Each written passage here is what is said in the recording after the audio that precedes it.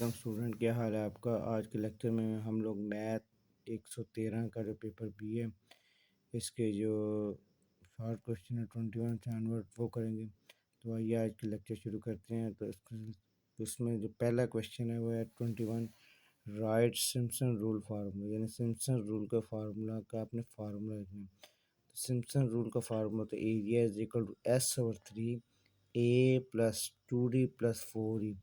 ये वो फार्मूला होता है जिससे हम किसी भी इरेगुलर शेप का एरिया निकालते हैं। उसके बाद नेक्स्ट क्वेश्चन है, कहता है जी if length of base is 50 metre and number of ordinate are 11, find the breadth of each strip. यानी कि उसने लेंथ ऑफ बेस दी हुई है 50 मीटर और नंबर ऑफ ऑर्डिनेट उसने दी हुई है 11। ब्रेड्थ इसको विड्थ भी कहते हैं, इसको डिनोट करते हैं। तो इसका फार्मूला होता है length of base divided by number of ordinate -1। जैसे कि मैं लेंथ ऑफ बेस कितनी दी है 50 मीटर और नंबर ऑफ ऑर्डिनेट है 11। 11 में से 1 माइनस करेंगे तो हमारे पास आ जाएगा 10। 50 को 10 पे डिवाइड करेंगे 5 मीटर आंसर आ जाएगा। नेक्स्ट क्वेश्चन है, find question number 23, find the area of curve y is equal to X from x value 1 to 7। अब उसने खुद बता दिया कि x की वैल्यू आपने 1 से लेकर 7 तक लेनी है। तो यहाँ पे हम लोग ऑर्डिनेट खुद बनाएंगे, उसकी वैल्यू x की वैल्यू 1 से 7 तक लेंगे। तो सबसे पहले आपने टेबल बना लेना। ये x की वैल्यू है 1 2 3 4 5 6 7 और ये y की वैल्यू, इसको हम ऑर्डिनेट कह लेते हैं। y की वैल्यू कैसे निकालेंगे, ये हमारे पास y is equal to X square है। अब x की वैल्यू 1 है तो इधर x के 1 पुट करेंगे तो 1 का स्क्वायर 1 आ जाएगा। इधर x की जगह पे 2 पुट करेंगे 2 का स्क्वायर 4, 3 पुट करेंगे 3 का स्क्वायर 9, 4 का स्क्वायर 16, 5 का स्क्वायर 25, 6 का स्क्वायर 36 एंड 7 का square 49।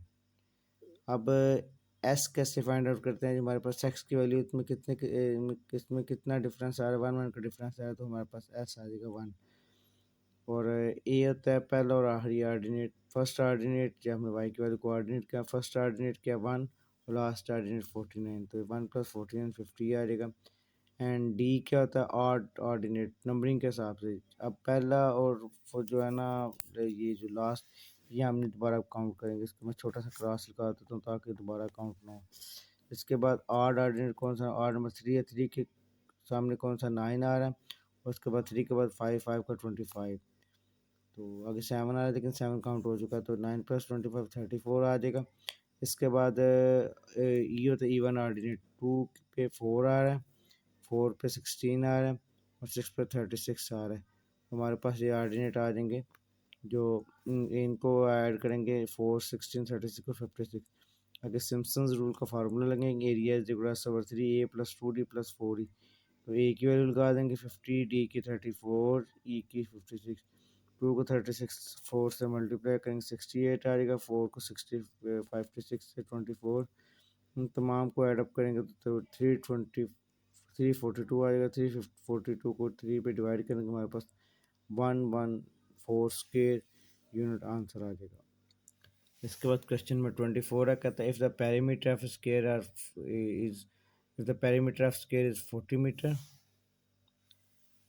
Find its area and length of its side. तो स्क्वायर एक ऐसी शेप होती है जिसकी चारों साइडें आपस में सेम होती है, जिसे उर्दू में मुरब्बा शेप भी कहते हैं। उसने पेरीमीटर उसका दिया हुआ पी से हम इसको नोट कर लेते हैं 40 है। तो हमें पता है कि किसी भी स्क्वायर का पेरीमीटर होता है उसका फार्मूला होता है पी इज इक्वल टू 4 है। वो कैसे निकालते हैं, सबको ऐड अप कर ए 4 ए आ जाएगा।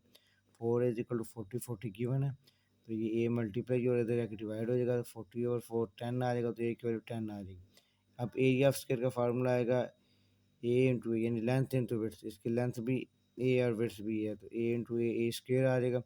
अब ए की वैल्यू हमारे पास हम 10 निकाले तो ए की वैल्यू 10 लगाएंगे, 10 का स्क्वायर 50 आ जाएगा, 10 का स्क्वायर 100 आ गया। तो ये हमारा क्वेश्चन कंप्लीट हो जाएगा। अगर क्वेश्चन है if area of rectangle is 20 square metre and one of its side is 4, find its perimeter and side. Rectangle कहते हैं मुस्ततील को, ये ऐसी शेप होती है जिसकी आमने सामने वाली साइडें आपस में सेम होती है, जिसकी इसकी लेंथ सेम है, इसकी लेंथ सेम है, इसकी लेंथ सेम है, इसकी लेंथ सेम है। अब उसने एरिया दिया हुआ 20 स्क्वायर मीटर और वन ऑफ इट साइड, एक साइड है इन दोनों में से उसको लेट्स सपोज हम कह रहे थे ई को, इसको 4 कह रहे थे, बी हमने फाइंड आउट करनी है। अब एरिया ऑफ स्क्वायर का फार्मूला क्या है, अगर लेंथ इंटू विड्थ, लेंथ इसकी ए है, लेंथ इसकी बी, विड्थ इसकी बी है, तो यानी ए बी आ जाएगा। एरिया उसने दिया हुआ 20 स्क्वायर मीटर।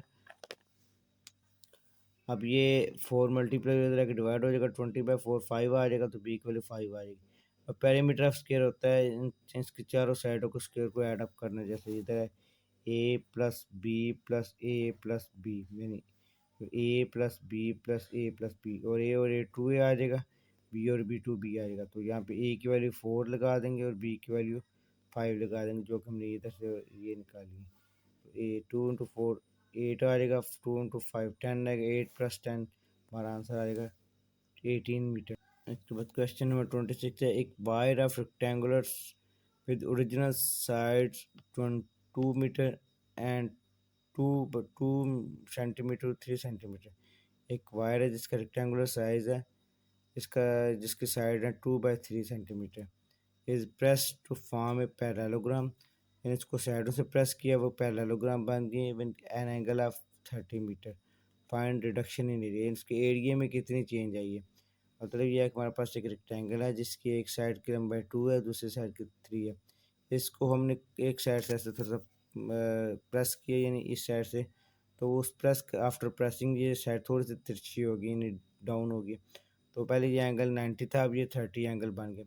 क्वेश्चन उसका ये है कि वो जो नई शेप बनी वो पैरेललोग्राम बनी है, यानी रेक्टेंगल से पैरेललोग्राम में शेप चेंज हुई है, तो उसके एरिया में कितनी चेंज आई है, कितना रिडक्शन आया। तो हम इसके एरिया को रेक्टेंगल के एरिया को A1 कह रहे थे और पैरेललोग्राम के एरिया को A2 कह रहे थे। तो reduction in area A1 minus A2, area rectangle का एरिया निकालेंगे A इंटू बी आएगा इसका फार्मूला, और पैरेललोग्राम का एरिया निकालने का formula A multiply by A B sine theta.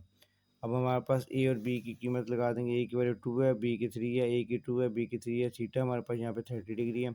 2 को 3 से मल्टीप्लाई करेंगे 7 आ जाएगा, ये भी 6 साइन 30.5 आ जाएगा, तो 6 को 0.5 से मल्टीप्लाई करेंगे 3 आ जाएगा, 6 में से 3 माइनस करेंगे तो हमारे पास 30 स्क्वायर मीटर आंसर आ जाएगा, 30 स्क्वायर सेंटीमीटर। तो ये था आज का लेक्चर, उम्मीद करता हूँ आपको समझ आ गई होगी। अगर किसी किसी क्वेश्चन में कोई प्रॉब्लम है तो कमेंट कर सकते हैं।